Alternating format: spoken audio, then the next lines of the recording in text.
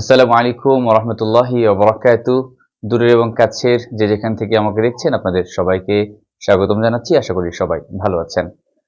অনেকেই জানতে চেয়েছেন শবে বরাত কবে হবে?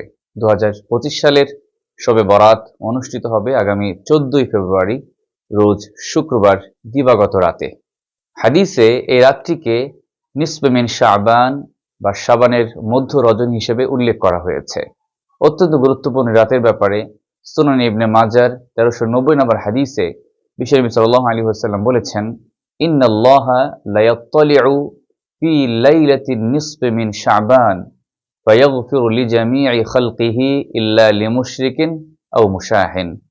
বিশ্বনবী সাল্লাল্লাহু আলাইহি ওয়াসাল্লাম বলেছেন, শাবানের মধ্য রজনীতে আল্লাহ সুবহানাহু ওয়া তাআলা তিনি আত্মপ্রকাশ করেন এবং মুশরিক এবং হিংসুক ব্যতীত সকলকে আল্লাহ সুবহানাহু ওয়া তাআলা এই রাত্রে ক্ষমা করে দেন। সুবহানাল্লাহি ওয়া বিহামদি। প্রিয় দর্শক, এই মধ্য শাবানের রজনী, যেটিকে আমরা শবে বরাত হিসাবে জানি বা চিনি, এই রাতটি অত্যন্ত গুরুত্বপূর্ণ, ফজিলতপূর্ণ। যেহেতু হাদিসে এসেছে আল্লাহ সুবহানাহু ওয়া তাআলা হিংসুক এবং মুশরিক ব্যতীত সকলকে তিনি ক্ষমা করে দেবেন। এজন্য এই রাতকে আমরা আল্লাহ সুবহানাহু ওয়া তাআলার ইবাদতের মধ্যে কাটানোর চেষ্টা করব। অনেকেই জানতে চান যে কিভাবে নামাজ পড়বেন এই রাতের মধ্যে।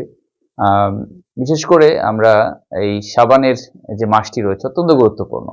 রমজানের পূর্বের এই মাসটি, এটি অত্যন্ত ফজিলতপূর্ণ একটি মাস এবং রমজানের যে প্র্যাকটিসগুলো রয়েছে, রমজানে আমরা যে বেশি বেশি ইবাদত করব, তার একটা অনুশীলন বা প্রস্তুতি হয়ে যেতে পারে এই শাবান মাসেই।